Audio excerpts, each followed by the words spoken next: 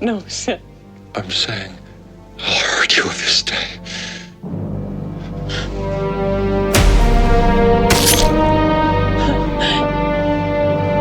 Darren, I can't believe we haven't done a best of worst of The Fly. We've talked about it a lot. We've talked about it quite a lot over the years, but never actually got around to giving it our best and worst treatment. So, and every time I watch this film, I'm just staggered by how good it is, by how emotionally satisfying it is, by how incredible the effects are, by how incredible all the performances are.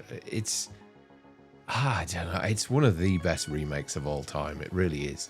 You know, on the whole, it's very difficult to make these choices because you have very few people to choose, and also there's not very much in the way of death in this film for our best kills section. So you know, it was a tough one. I found was this one, but there's so much to talk about. And one of the things that I discovered when I was looking into this yesterday was that Vincent Price came out and said that when the remake was released, Jeff Goldblum wrote him a letter saying, "I hope you like it as much as I liked yours." And Vince Price was really touched by the letter, and he went to see the film, which he described as wonderful right up to a certain point, and then felt it went a little too far. I never thought that with this film. Ever since I first saw it, I just thought that it was one of those sad movies that kind of goes out of control. And even though you know there's no real villains in this movie at all, it's just a very sad state of events that spirals out of control and gets worse and worse as it goes along. But yeah, I mean, it's just, you feel for the guy. I mean, you feel for his medicine cabinet. Every guy does. And you feel for her because we get The Fly 2. And then, you know, something. Well, actually, we know before The Fly 2 came out that she is pregnant. Yeah. Spoiler alert for a movie that's, you know, going on 40 years. And hopefully next year we'll get a really, really nice glossy 40th anniversary edition of this in 4K or something, because there's still only the HD Arrow versions does out it with there. a book or something. Oh, I'd love that. Yeah, I'd love it. It comes in a larvae. Would you buy that? Would you put it like in the background? In a jar. But you and I adore this movie. We talk about it as many times as we can. Certainly when we did our best and worst of the 80s and Cool Cruel Summers, you know, The Fly always came up, and we did the remakes, best and worst. And we did Bugs. And The Fly always seems to, you know, like come around. It's always there. It's always there. People always, you know, quote it, mention it, you know, whenever we talk about, like you said, talk about remakes, everyone always brings it up. The Fly, The Thing, you know, there was some great, The Blob, 3 amazing remakes of 50s horror films in the 80s that were just terrific. And none of them, all of them hit the mark. They really did. Okay. The Fly, best character. I'm going to pick 2. I'm going to pick both Brundle and Ronnie for this because the chemistry with these two is just off the map. You know, both play incredible roles in this with raw emotion between the two of them that's so intense at times that you actually believe that what you're seeing is happening for real. And it kind of was, because they were, I think, dating around this time, weren't they? Living together, I think, in fact. So I have to give it to the two of them. I can't separate them at all. There are genuine moments where, you know, you can see the connection between the two of them. But then there are genuine moments of absolute fear from her with the, you know, when she realizes what's happening to him and with some of his reactions and responses.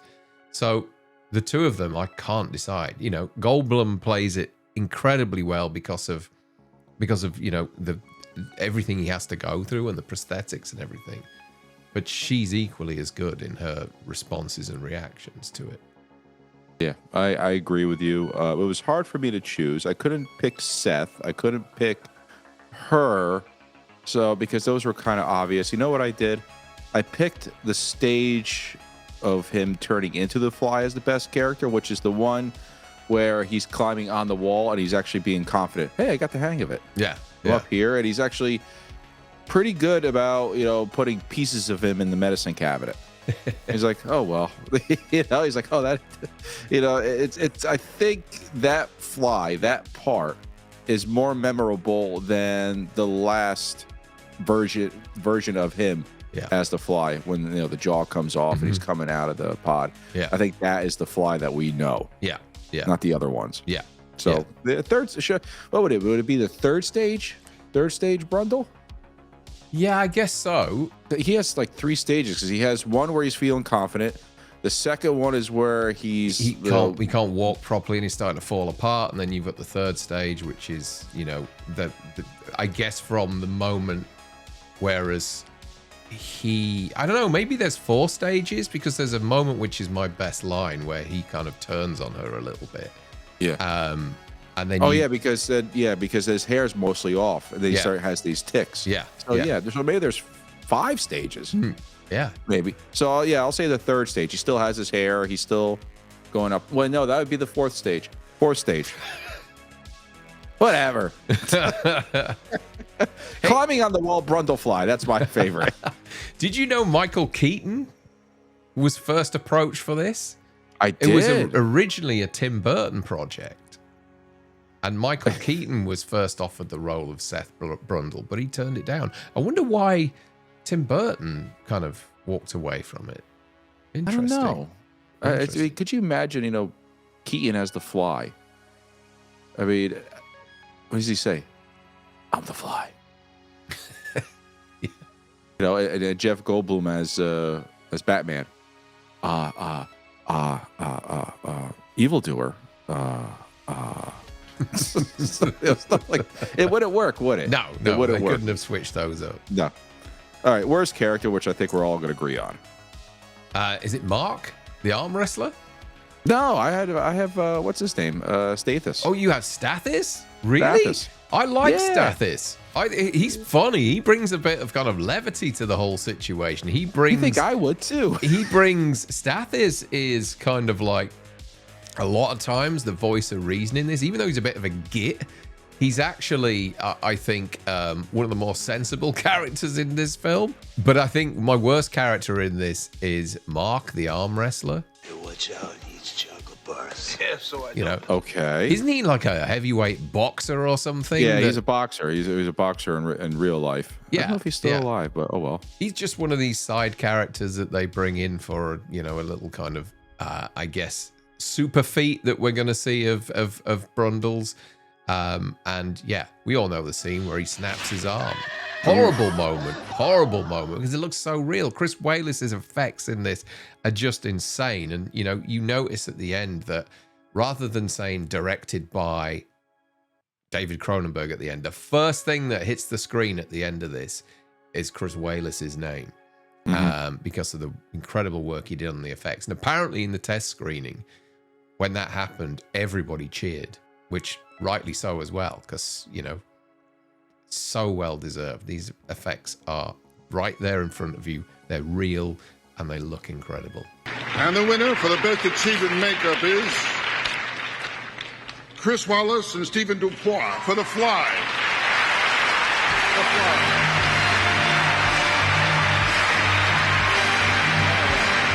And it's funny because, the only thing that wasn't really in effect was a real life wild baboon named Typhoon.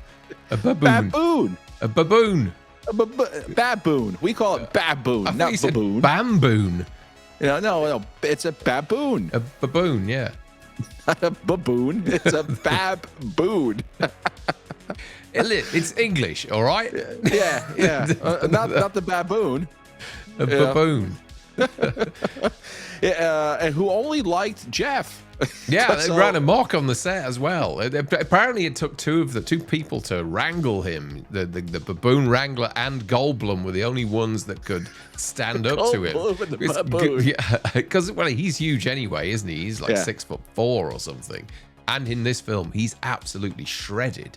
A lot of naked scenes he has to do, so he obviously made sure he got his body in tip-top shape. But you do see like a increase in almost in his muscle mass during the film. I think it's just because they oil him up and light him differently, but he does get more ripped as the movie goes along. It's quite an impressive performance, both physically and, emotionally from him. I think he should have wrestled, Typhoon the baboon instead.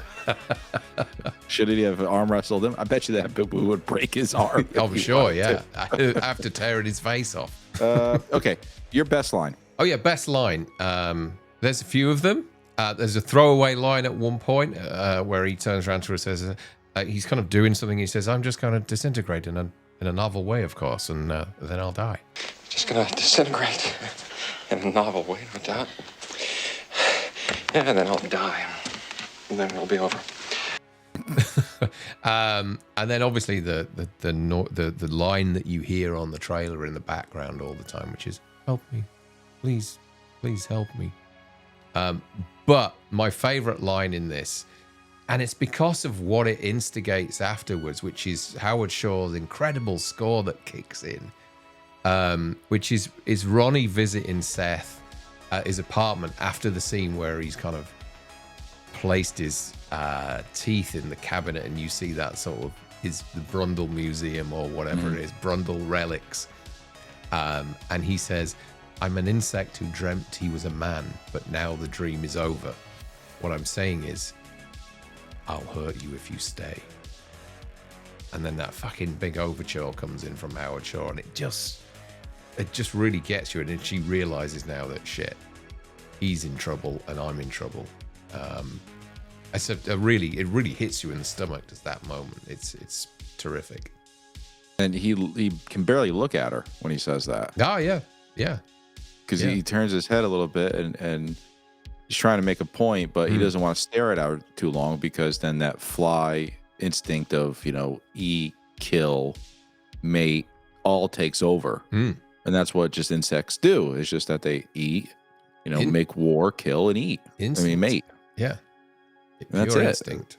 Yep. That's how they live. Yeah. Insects are very cruel. There's no, as he says, politics. I want to be the first ambassador. Insect politics. It's just there's no such thing. It's really weird. But hey, that's nature. That's how they survive for millions of years, billions of years. My best line, there's two of them. Afraid! Don't be afraid. No. Be afraid. Be very afraid. One is be afraid, be very afraid. I have to throw Mel Brooks in there, a comedy genius who had the tagline, and Ronnie said. And also, there is the very sad line of him saying, why would you kill what's ever left of me? It's like, well, she's pregnant, and that's his only chance of maybe being whatever was left human is inside her, and she doesn't want it. Yeah. I don't know what would happen. What would happen, Darren, if those three of them went into the pod together? What was he trying to accomplish? Oh, God knows. I don't know. Well, he got to the stage where he was pretty desperate, wasn't he? Yeah. And he'd had some sort of success, but then the machine can't recognize him anymore. Yeah. So he needs her to help him with it. Yeah, to all DNA, because whatever he was left. But you would think that wasn't he? He had genetic fly. He had genetic fly DNA that was inside of her anyway. So I don't see what would be the point. I mean, she's the only thing that's actually human. I mean, I could see, the ending. Maybe they're holding hands. They're going in together. Let's be a family. Well, no, they would be one, wouldn't they? They would be this kind of. It would almost be Omega Man or something. Well, it would be like The Substance, the ending of The Substance. Just this horrible kind of like amalgamation of Brundle, Gina Davis, and a fly.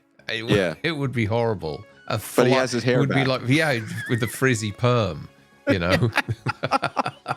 they flip the switch and everything, and she's hugging him, and they're hugging each other. They turn around, and there's Typhoon the baboon sitting in the pod with them. Just oh, great. Okay, worst line.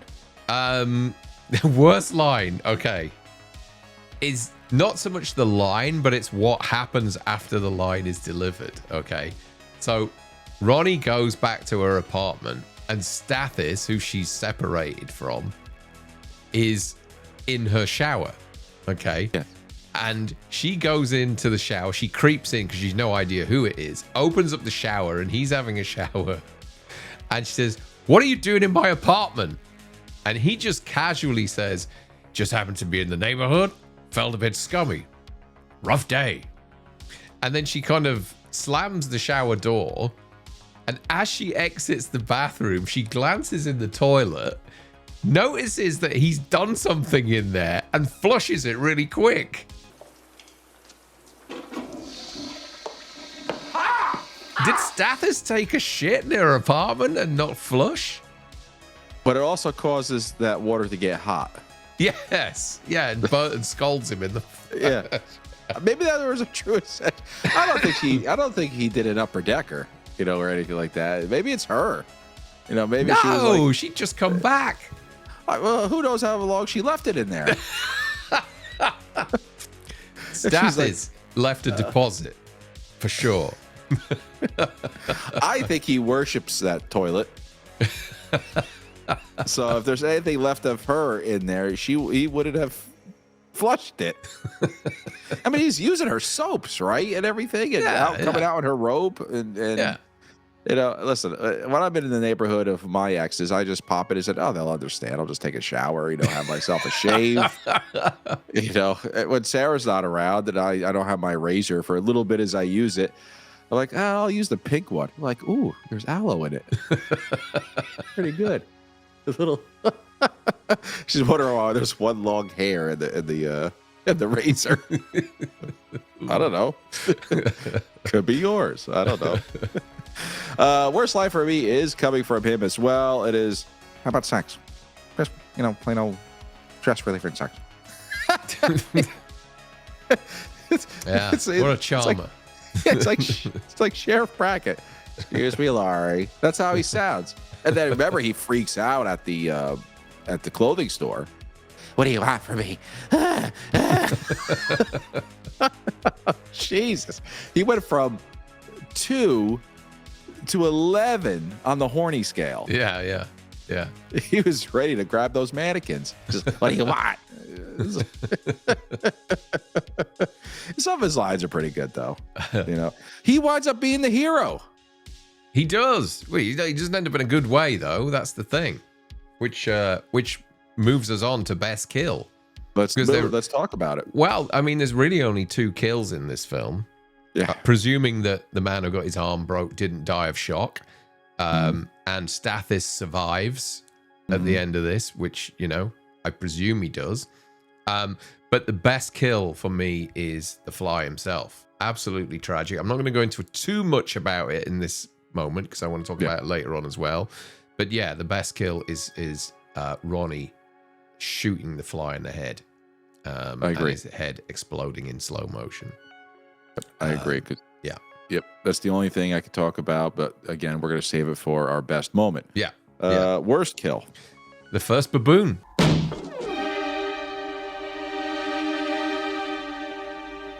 That's a really a good jump scare, is that, because he does the teleportation process with it, which goes wrong, and he's looking into the glass window, and all of a sudden the bloodied baboon's arm hits the glass, and we see that it's not gone well at all.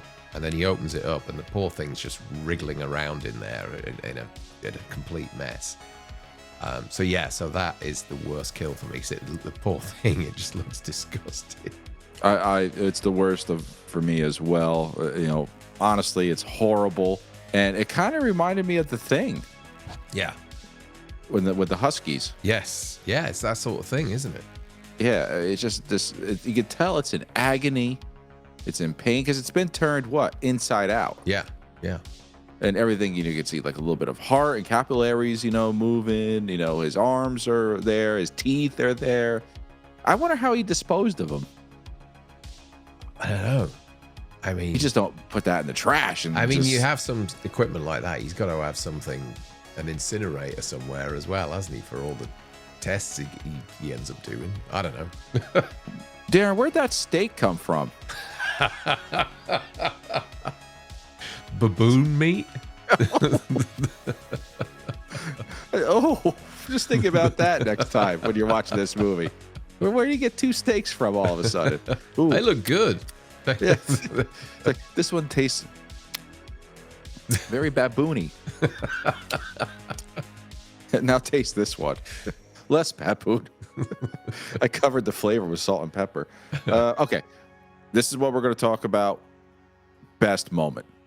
Best moment has got to be the closing scene of this movie when Stathis goes to the apartment and everything that happens from there onwards with, Brundlefly attacking Stathis, vomiting on his hand,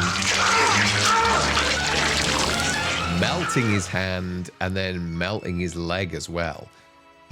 There's also Ronnie comes back and he begs her to go into the teleportation machine with him so that they can become this complete family, the 3 of them, this one kind of an amalgamated mess. She goes into the telepod, he goes into the other one, and Stathis saves the day by shooting the connecting cable between them, and essentially Goldblum fuses with the pod itself and becomes part machine, part fly. But the music again, Howard Shore's score is just incredible as he's kind of crawling out of the machine, still conscious, still part of Brundle there. You know what I mean? He still knows what he is. He knows what it is. Humanity. He knows what he is enough to be able to beg for them to kill him. And the saddest of sad moments is that mess of a fucking fly pod hybrid as it holds out its kind of claw or whatever, its mandible or whatever it is, to lift the gun up to his own head and have her blow it off, which she refuses at first. She backs away, and then as it screams, she shoots it.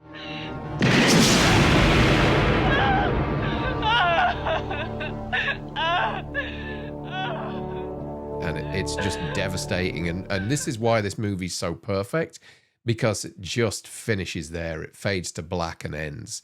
You don't get any kind of epilogue or anything like that at the end there. There's no kind of indication of a sequel, apart from the fact that she's, pregnant. There's no kind of like, I don't know, flies buzzing around still on a different shot or anything like that. Do you know what I mean?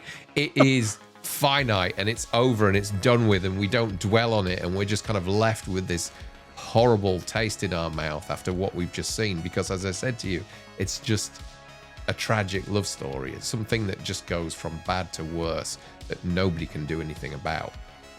Horrible ending, but really emotionally, like, it just done so well.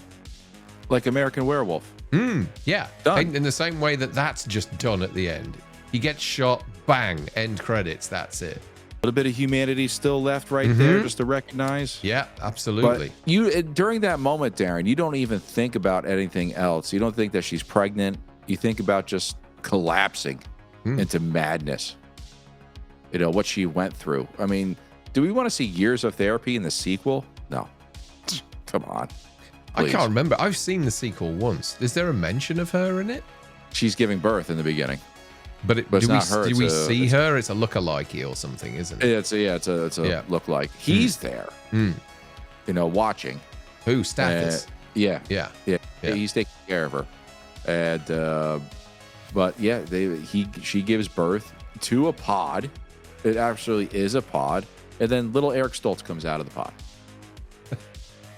Excellent. But this movie, coming from Mel Brooks, who at first didn't want to get into it, but they convinced him, and I'm glad they did, and I'm glad they got the money for it, and I'm glad we had The Fly. Yeah, terrific film. What a milestone in horror. It's amazing, and I don't want to see another one. I don't think we need a remake or anything like that. Darren, they'll put wings on it. Perfect. They'll put wings on it. It's perfect as it is. Absolutely perfect. This is a good movie, really good. Yeah. So Ladies and gentlemen, that's the best and worst of The Fly. I mean, we should have gotten this out first. It only took 4 years. It did. But never mind. All right, ladies and gentlemen, we'll be back with another best and worst of. So, in the meantime, stick to the roads. And the best of luck. We'll see you soon. Cheers, Bye. guys. Bye-bye.